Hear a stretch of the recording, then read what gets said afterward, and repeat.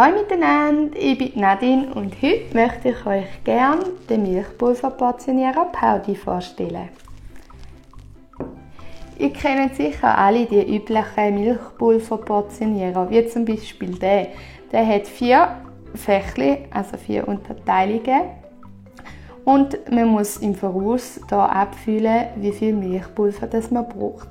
Vielfach ist es aber schwierig zu vorher wissen, wie viel Hunger das Baby hat. Und darum finde ich den Milchpulverportionierer Powdy mega praktisch. Man kann hier eigentlich in einem Behälter das ganze Milchpulver abfüllen und nachher kann man drehen und pro Klick, was es macht, ist es 1 Löffel. Also so muss man überhaupt nicht mehr vorher überlegen, wie viel Milchpulver das man braucht, sondern kann gerade unterwegs abschätzen, wie viel Hunger das Baby hat.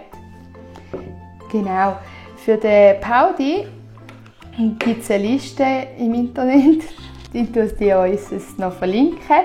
Für welches Schoppenpulver der Powdy alles geeignet ist, und dann kann man auch nachlesen, welche von diesen Einsätzen das man braucht. Genau. Ich habe jetzt Aptamil.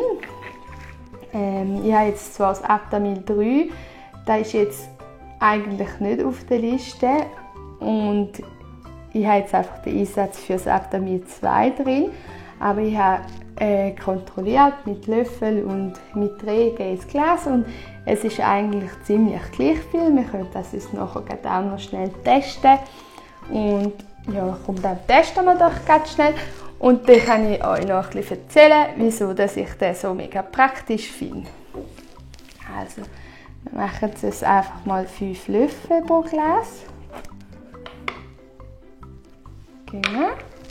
Dann kann man den einfach da drüber heben, und sonst kann man eben so, gerade so in den Schoppen reinstellen, und dann hat es da so wie ein Trichter, wo dann in den Schoppen reingeht, und dann kann man so drüllen, dann macht es Klick. 2, 3, 4, 5.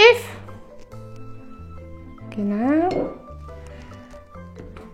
Kann man da wieder auf den Deckel tun. Oh.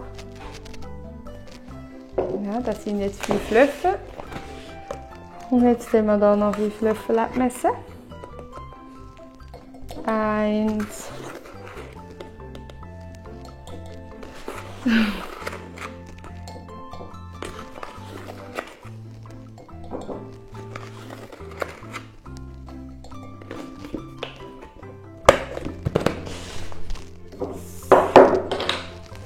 So, jetzt muss ich gerade da schnell schauen, dass es ein bisschen gerade ist.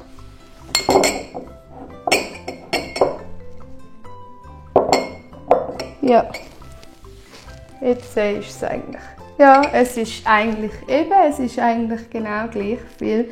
Vielleicht 1 Gramm oder so Unterschied, und ja.